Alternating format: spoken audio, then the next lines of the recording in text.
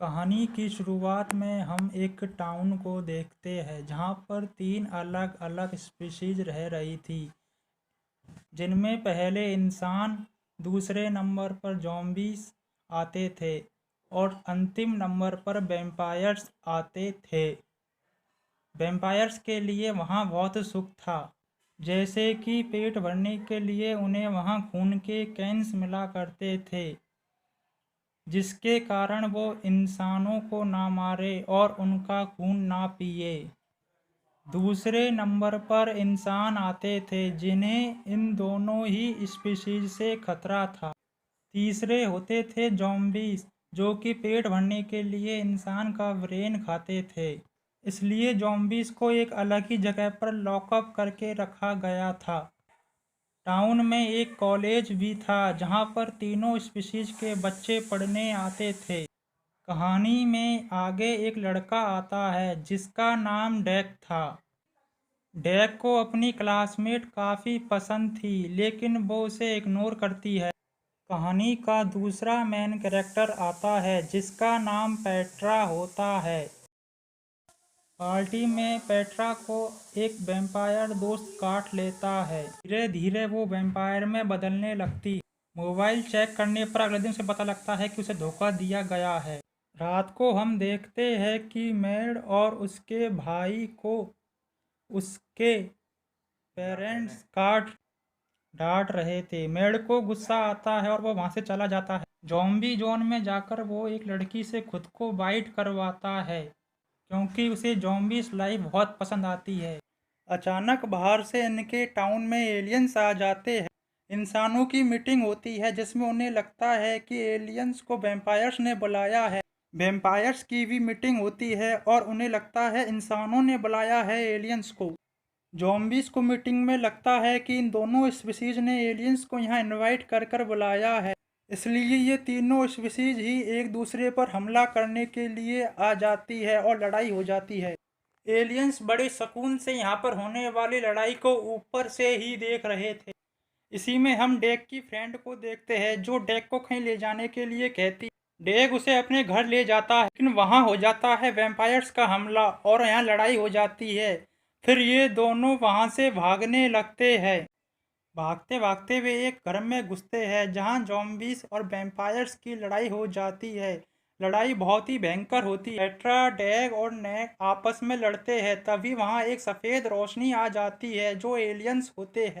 वे aliens इंसानों को, zombies को और वैम्पायर्स को किडनैप करके अपने साथ ले जा रहे थे। तभी डैग को याद आता है कि बेसमेंट में उसके पियानो टीचर है और वो उससे आने के लिए रिक्वेस्ट करने लगता। बाद में वे तीनों बेसमेंट में अंदर चले जाते हैं।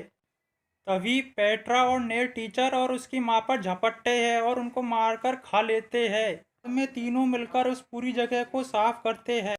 रात में ये तीनों एक दूसरे के अच्छे दोस्त बन जाते हैं। अगले दिन जब ये विंडो के जरिए बाहर देखते हैं तो एक एलियन उन्हें देख लेता है, इसलिए ये तीनों लोग बेसमेंट का दूसरा दरवाजा खोलकर वहां से बाहर निकलने लगते हैं। चूंकि पेट्रा एक वैम्पायर थी, इसलिए सूरज की रोशनी से उसकी पूरी बॉडी जलने लगती, इसलिए डैग अपने कपड़े उतारकर पेट्रा को पहना देता।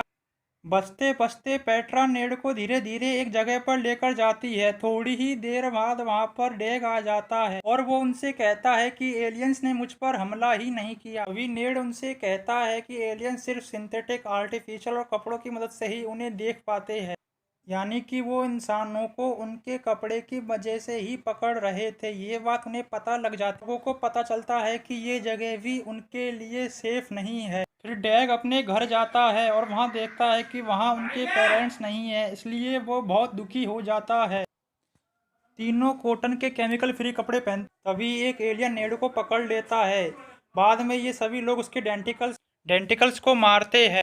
नेक के जाने के बाद अभी दोनों घर पर अकेले बचे, लेकिन थोड़ी देर में नेक वहां से वापस आ जाता है और बताता है कि शायद वो एलियन मर गया और मैं बच गया। वो एक केमिकल की खोज के लिए मीट फैक्ट्री में जाते हैं, लेकिन उनका कोच उन तीनों को यहाँ से निकाल दे। तभी वहाँ एक एलियन इन तीनों को किडनैप करके शहर से बाहर एक फैक्ट्री में डाल देता है। वहाँ तीनों स्पीशीज को अलग अलग करके रखा गया, ज़ॉम्बीज़ के, इंसानों के और वैम्पायर ही नेड अपने पेरेंट्स से भी मिलता है। पेट्रा का वैम्पायर दोस्त भी वहां आ जाता है और उससे खून की रिक्वेस्ट करने लगता है। नेड को याद आता है कि इस फील्ड को तोड़ने के लिए तीनों स्पीशीज को इसको तोड़ना होगा।